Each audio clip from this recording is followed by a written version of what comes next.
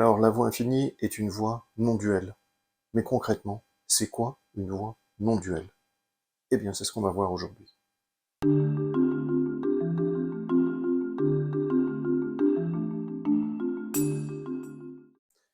Alors, dans la voie infinie, on utilise habituellement le mot Dieu comme étant un synonyme du mot conscience. Et en utilisant ce mot Dieu, on a lâché le gros mot, et donc on pense être dans une voie religieuse. Mais en fait, pas du tout.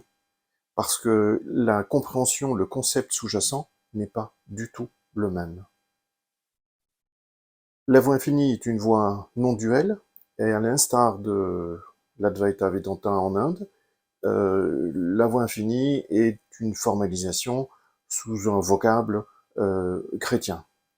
Mais si même on reprend des paroles de mystiques chrétiens, tels que Jésus, Paul, Jean ou autres, on n'accepte pas du tout tout ce qui va avec, tout ce qui est englobé dans ce qu'on appelle la religion. Alors, quelle est concrètement cette différence entre voie duelle et voie non duelle?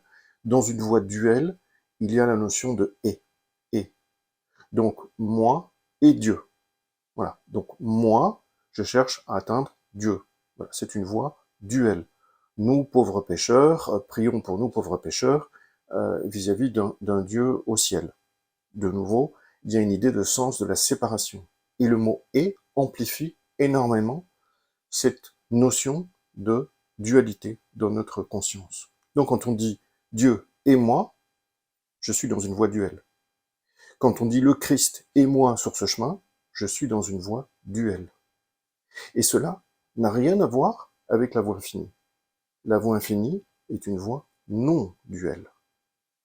Alors ça voudrait dire que je devrais dire je suis Dieu. Non, ça c'est pure folie. Le chemin de compréhension du milieu est de comprendre en des termes de sorte que Dieu, cette conscience, se manifeste en tant que moi, en tant que vous, en tant que nous, en tant que tout ce qui vit. Et quand j'entretiens ça, il n'y a plus de notion de « et ».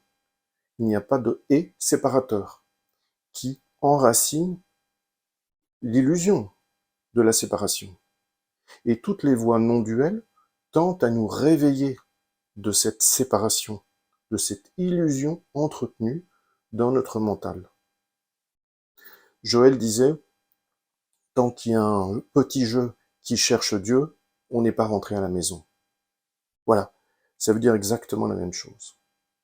Donc tout notre travail va être de briser cette illusion de séparation que nous entretenons dans notre mental. Et un bon début est de faire attention à ne plus adhérer à des mots, des phrases, des concepts, des pensées où il y a la notion de « et ». Dieu et moi, le Christ et moi, le soi et moi, etc., etc. Mais bien de comprendre qu'on fait partie de cette conscience. Et cette conscience se manifeste en tant que la vie que nous sommes. Alors aussi, en corollaire, quand on revient à cette notion d'unicité, nous, tous ensemble, nous ne faisons pas l'unité.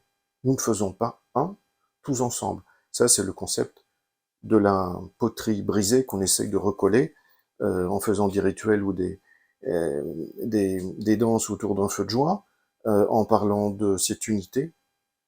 En fait, non, on est toujours dans l'illusion de la séparation.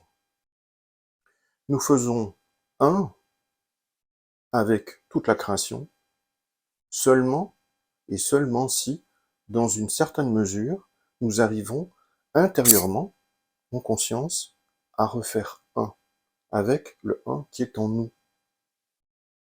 Et lorsque nous arrivons à toucher ce un en nous, dans notre conscience, alors, et seulement alors, nous faisons un avec toute la création. Comment y arriver?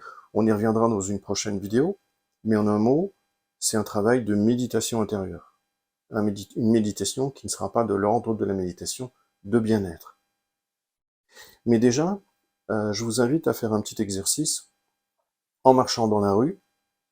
Travaillez déjà cette notion de Dieu se manifeste en tant que moi, en tant que nous. Méditez, cogitez calmement, doucement, en ne laissant pas le fils du mensonge interagir avec des pensées qui voudront détruire, remettre en question, juger en bien ou en mal, tout ça, mais laissez simplement, doucement, percoler cette notion de Dieu, cette conscience, un, cette unicité, eh bien, elle se manifeste en tant que moi, en tant que nous. Et en marchant, ensuite, après avoir atteint un certain degré de réalisation de cette vérité, regardez les visages des gens que vous allez croiser. Et en proportion de cette capacité d'élévation intérieure, vous verrez qu'en fait, vous allez récolter plein de sourires. Et c'est qui nous sourit? Eh bien, c'est Dieu qui nous sourit tout au long de ce chemin, sans avoir rien fait. C'est inconditionnel. Et dans cet état, vous verrez aussi qu'il n'y a aucun problème qui apparaîtra. Tout est bien, mais tout est bien, tout est parfaitement bien. Voilà. Et c'est en ça que c'est à la fois simple et merveilleux.